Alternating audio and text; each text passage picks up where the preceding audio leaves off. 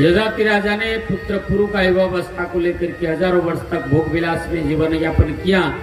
अंत में बोले, सोचे, विचार किया कि ये तो भोग विलास में रहने से कोई फायदा नहीं है। भोगान भुक्ता वयमेव भुक्ता तृष्णान जीर्णा वयमेव जीर्णाः। व्यक्ति सोचता है कि मैं शराब पीता हूं। कोई डिंग मारते हैं, अरे भाई मैं तो 10 बोतल चढ़ा लेता हूं, है ना। कोई कहता है चलो आज कंपटीशन करते हैं, लेकिन शराब को आप नहीं पीते हो, शराब आपको पी जाता है। क्या बात है? शराब को आदमी नहीं पीता है, आदमी को शराब पी जाता है। एक माताजी आज दूध लेकर के आई, सुबह भोजन किए थे, दूध तुरंत पिए थे, थोड़ा सा पेट भरा हुआ था। हम बोले कि अभी नहीं देंगे। गणेश जी ने कहा कि दोपहर को लाके देना। दोपहर को लाई तो हम खा पी करके उस समय विश्राम कर रहे थे, नींद में थे। गरम करके हम देखिए तो हम बोले कि इसको तकलीफ तो नहीं हो गया। 4 बार लौटा है गरम करने के लिए। वो कहती है क्या माता जी? बोलती बाबा आप हमारी परीक्षा ले रहे हैं क्या? हमको चिंता हो गया कहीं इनको तकलीफ तो नहीं हो गया। 4 बार गरम। वृंदावन बिहारी लाल की जय। शुरुआत में जो शराब पीता है हम सुने हैं तो खूब खाते हैं, जो खाते हैं पच जाता है। अब जब समय आता है शरीर कोशिका कमजोर होने लगता है, तब काम नहीं करेगा, तब क्या करेगा? शराब जो है शरीर को पचाना शुरू कर देगा। इसलिए शराब नहीं पीना चाहिए। हम लोग भोग विलास को भोगते नहीं है, बल्कि वो हमें भोग लेता है। ये आसक्ति माया है, संसार का मोह व्यक्ति को नष्ट कर देती है। न जात काम कामना उपभोगे न सम्यति। भोगने से कभी शांत नहीं होता है।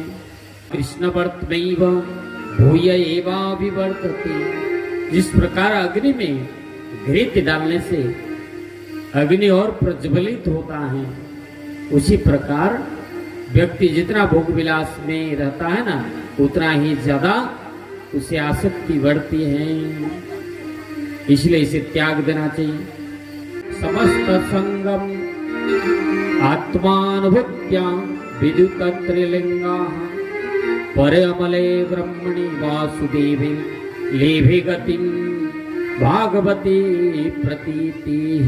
सभी कामनाओं का त्याग कर देने से ही आत्मा का अनुभूति होती है, भागवत की प्राप्ति होती है।